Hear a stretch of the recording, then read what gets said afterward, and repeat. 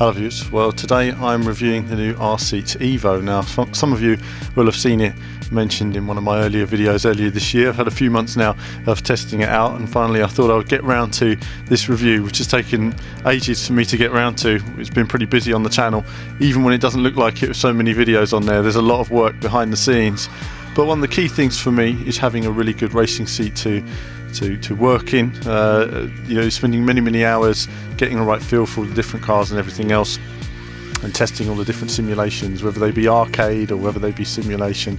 You always need a decent racing setup, and I always recommend to everybody to use a wheel because it absolutely transforms your experience of any racing game. And I think as soon as you get on one and it's well tuned to it and you feel it, there's no going back.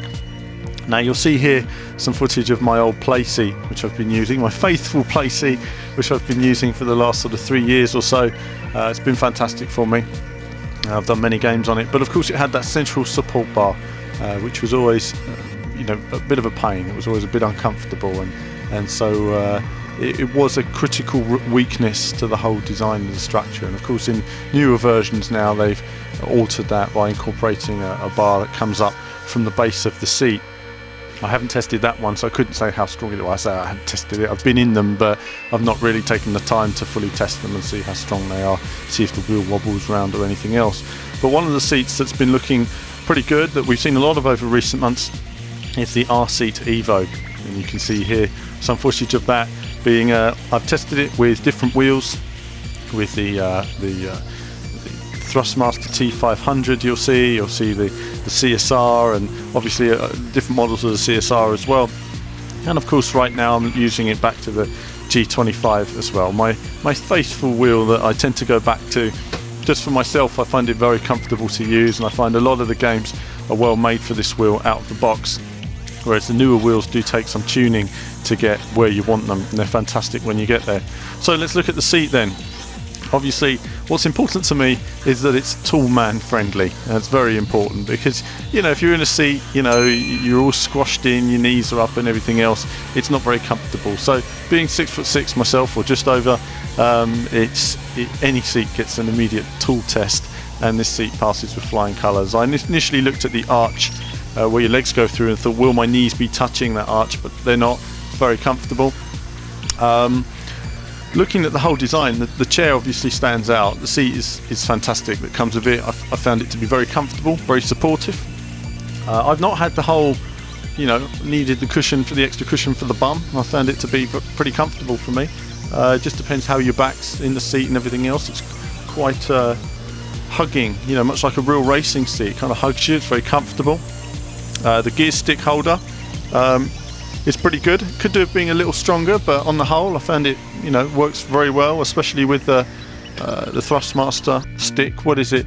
The THRS stick as well. I found it to be fantastic to use on that, and I've tested it both with the G25 and the Thrustmaster gear sticks, which is very comfortable. Using the pedals is a lot more comfortable with the arch, because you have the ability now just to move freely. You don't have anything in the way of when you're using clutch in particular. You needed that freedom there to move your feet around and everything else, and it's much more comfortable for me now. So overall, structurally, it's very good. The wheel is solid there. It's on a very solid structure. The whole thing's well built. Putting it together out the box isn't as straightforward as it perhaps should be. I found that the foot plate in particular had to be squeezed into place. Took quite a while to actually do that. The actual metal bit that it slides into didn't appear to be wide enough. Took a lot of effort getting it on there, and I would say that if there's weaknesses to this wheel, the strengths are its weaknesses. The strengths are the adaptability of the wheel. You have all these additional nuts underneath that you can move the wheel level exactly how you want it. So for example, if I'm playing with the Formula 1 wheel, because of the way a Formula 1 wheel is designed, it's designed to be in line with your shoulders, which makes it easier to turn rather than lower down, perhaps like a normal car wheel. You can do that with this wheel. You can raise it, make everything the right height. The only problem I found is that it brings in a lot of additional weakness, and that's where every time you add functionality to something like this, you add weakness at the same time. So I would say the weakness for the pedals is there's not a structural support at the end of the pedals. There's only one at the base.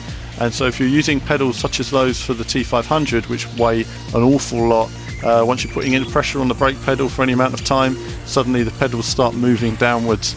And it's the same with the wheel. If you're using the wheel in a high position on Formula 1, something like that, the wheel will gradually start to tilt down. So every few days, or sometimes every half an hour, you need to actually reset it to the right position, and that can be a little bit frustrating. Of course, with the lighter pedals and the lighter wheel of G25, I've not so much had that problem.